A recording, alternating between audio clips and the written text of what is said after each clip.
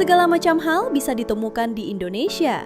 Dari keindahan alam, budaya yang beragam, sampai tradisi-tradisi yang bikin kita geleng-geleng kepala. Nah, selain makanan khas, kota-kota besar, atau adat istiadat, ternyata Indonesia juga punya desa-desa unik yang gak bakal kamu temuin di negara lain. Di video kali ini, kita akan jalan-jalan mengenal 10 desa paling unik di Indonesia yang ceritanya bukan cuma bikin tercengang, tapi juga membuka wawasan kita tentang bagaimana manusia bisa beradaptasi dengan lingkungan dan kepercayaan mereka. Penasaran desa mana aja yang masuk daftar? Yuk langsung aja kita mulai. Nomor 10, desa yang hujan setiap sore, Kuatisore, Papua. Kalau Bogor disebut kota hujan, maka desa Kuatisore di Kabupaten Nabire, Papua bisa dibilang lebih ekstrim lagi.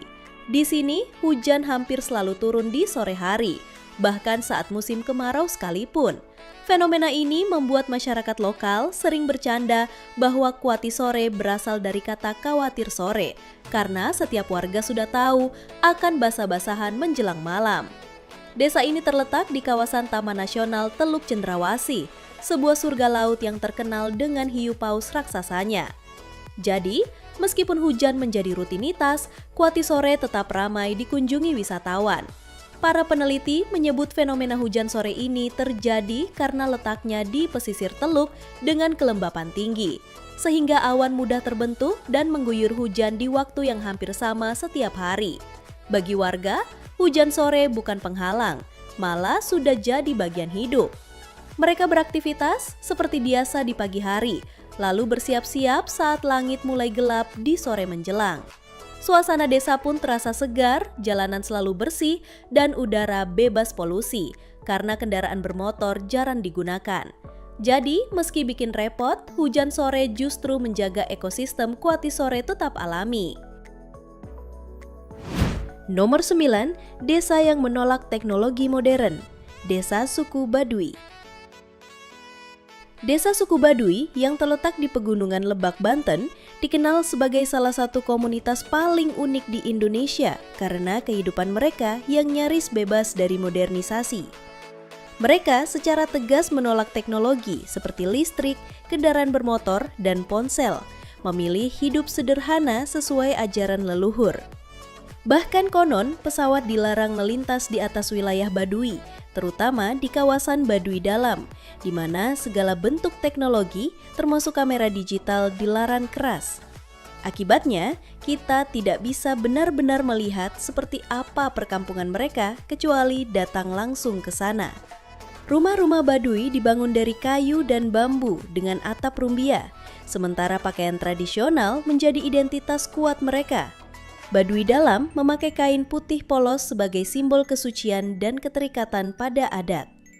Salah satu keunikan paling menonjol adalah jembatan pohon yang menghubungkan daerah sulit dijangkau. Jembatan-jembatan ini dibuat dari batang pohon yang ditanam dan diikat sedemikian rupa hingga kuat menahan beban, menjadi akses vital melintasi sungai dan lembah.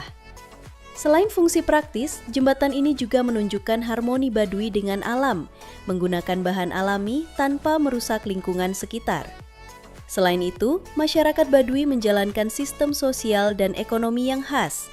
Mereka hidup bergotong royong, bercocok tanam secara tradisional, dan mematuhi aturan adat yang mengatur hampir setiap aspek kehidupan, mulai dari pernikahan hingga pembagian tanah. Hidup tanpa uang modern dan teknologi membuat mereka mandiri sekaligus selaras dengan alam. Keunikan ini menjadikan desa suku Baduy sebagai daya tarik budaya sekaligus pelajaran berharga tentang pentingnya menjaga keseimbangan hidup dengan alam. 8. Desa dengan tradisi kawin colong, Kemiren, Banyuwangi. Di desa Kemiren, Banyuwangi, hidup masyarakat suku Using yang masih memegang teguh tradisi leluhur mereka. Salah satu yang paling terkenal adalah kawin colong atau kawin lari. Tradisi ini menjadi jalan keluar bagi pasangan muda yang cintanya tidak direstui orang tua. Alih-alih dipandang sebagai aib, kawin colong justru dianggap sah menurut adat. Setelah pasangan kabur bersama, keluarga besar biasanya akan menggelar musyawarah dan akhirnya menikahkan mereka secara resmi demi menjaga kehormatan kedua pihak. Prosesi kawin colong biasanya dilakukan dengan cara sederhana. Pihak laki-laki membawa kabur calon istri ke rumah kerabatnya, lalu mengutus seorang perantara untuk memberitahu keluarga perempuan. Dalam waktu singkat, keluarga kedua belah pihak akan bertemu, membicarakan masalah, dan mencari jalan keluar.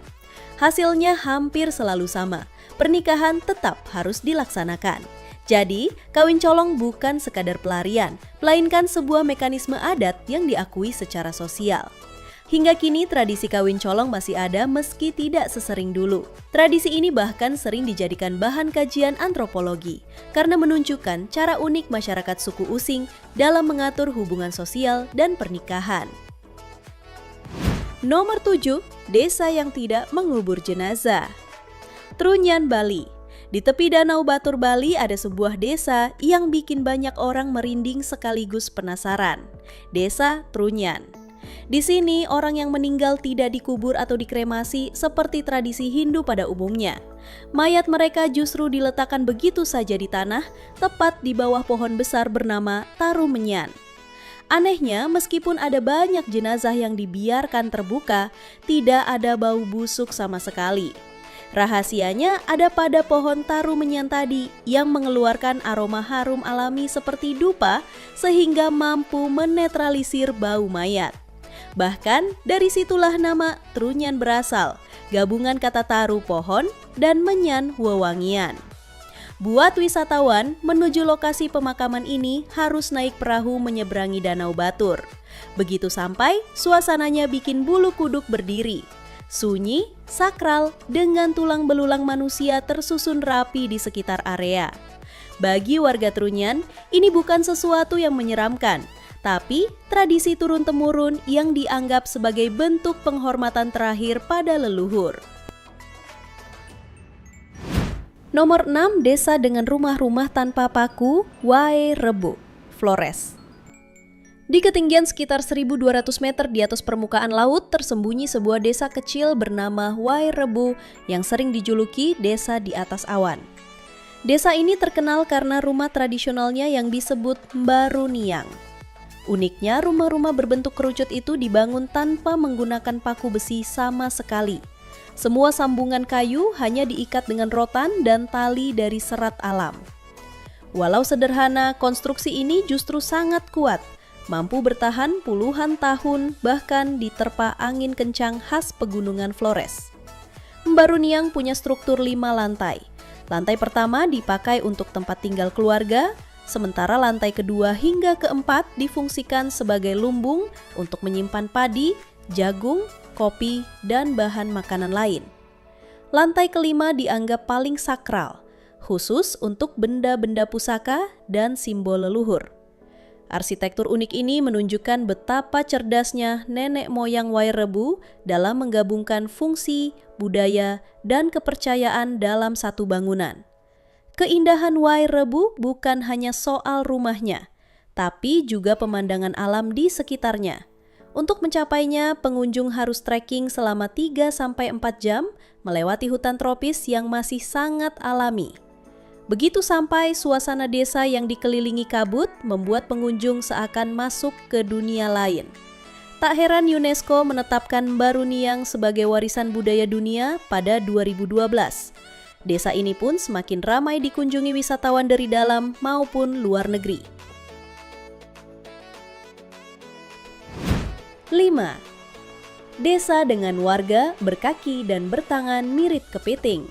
Ulu Tawe, Sulawesi Selatan.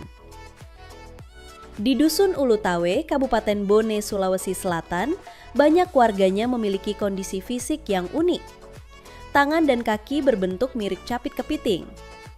Mereka hanya memiliki 3 jari dengan telapak yang terbelah.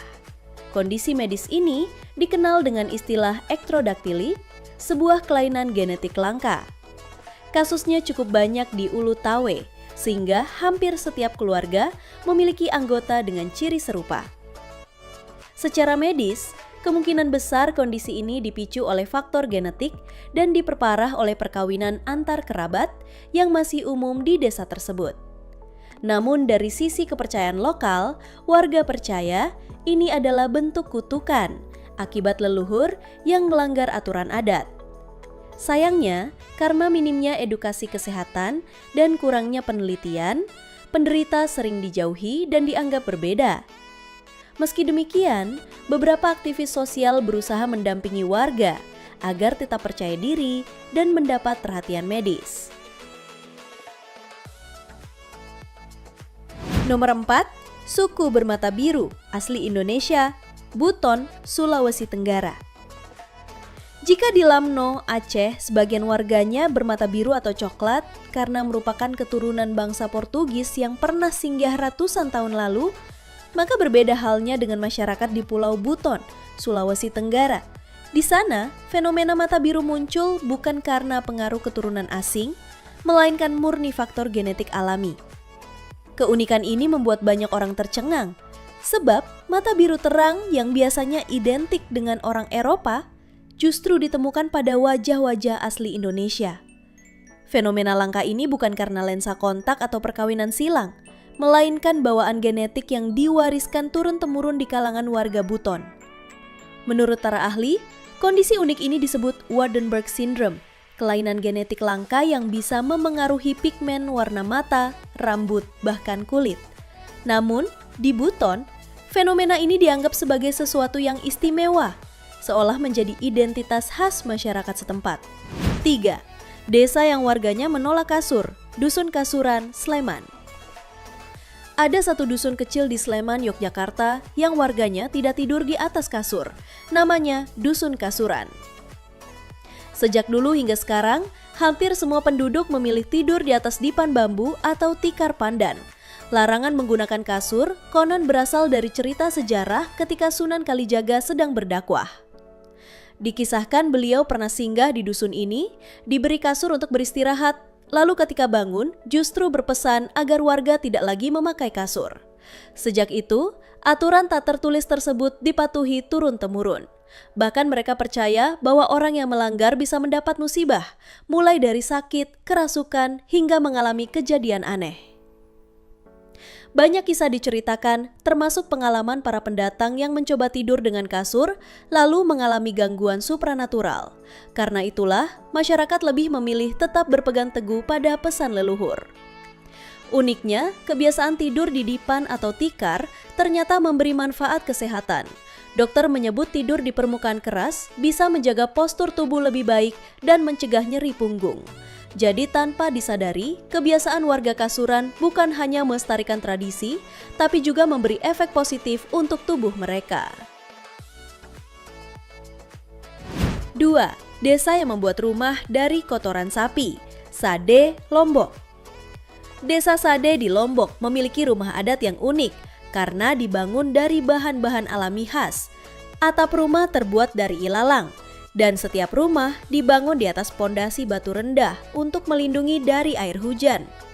Lantai rumah adat di Desa Sade Lombok punya tradisi unik yang mungkin terdengar tak biasa.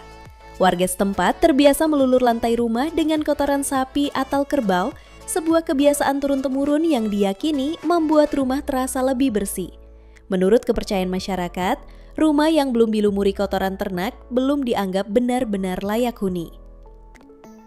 Selain faktor kepercayaan, tradisi ini ternyata juga punya manfaat praktis. Lantai rumah di Desa Sade umumnya terbuat dari tanah sehingga mudah retak dan berdebu. Dengan melapisinya menggunakan kotoran ternak, lantai menjadi lebih padat, tidak mudah pecah, dan debunya berkurang. Biasanya, pelapisan ini dilakukan secara berkala setiap 4-5 bulan sekali. Hasilnya, lantai rumah tetap kuat, bersih, dan tidak menimbulkan debu yang mengganggu. Jadi, meskipun terdengar aneh bagi orang luar, tradisi melulur lantai dengan kotoran ternak ini justru menunjukkan kearifan lokal masyarakat Sade dalam menjaga rumah mereka tetap nyaman untuk ditempati. 1. Desa dengan camilan dari tanah, Tuban, Jawa Timur. Di Kabupaten Tuban, Jawa Timur, ada kebiasaan unik yang bikin orang luar geleng-geleng kepala. Warganya punya camilan yang gak biasa, tanah panggang, atau yang dikenal dengan nama ampok. Proses membuat ampo terbilang sederhana, tapi unik. Tanah liat bersih dipilih, lalu ditumbuk, dibentuk memanjang dengan pisau bambu, kemudian dipanggang di atas tungku. Setelah matang, jadilah camilan berwarna coklat keabu-abuan yang teksturnya renyah dan rasa mirip bubur sumsum tanpa bumbu. Tradisi ngemil tanah ini sudah turun-temurun. Bagi masyarakat Tuban, ampo dipercaya punya khasiat, seperti meredakan sakit perut, menghilangkan stres, hingga dipercaya bisa membuat kulit bayi dalam kandungan jadi lebih halus bila dikonsumsi ibu hamil. Walaupun secara medis kandungan mineralnya masih diperdebatkan, praktik geofagi atau makan tanah ternyata bukan hanya di Indonesia.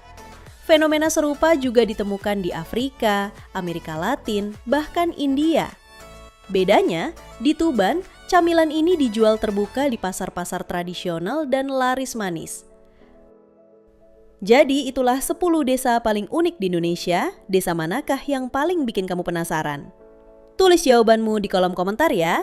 Jangan lupa juga like, share, dan subscribe supaya nggak ketinggalan cerita seru lainnya tentang keunikan dunia. Sampai jumpa di video berikutnya.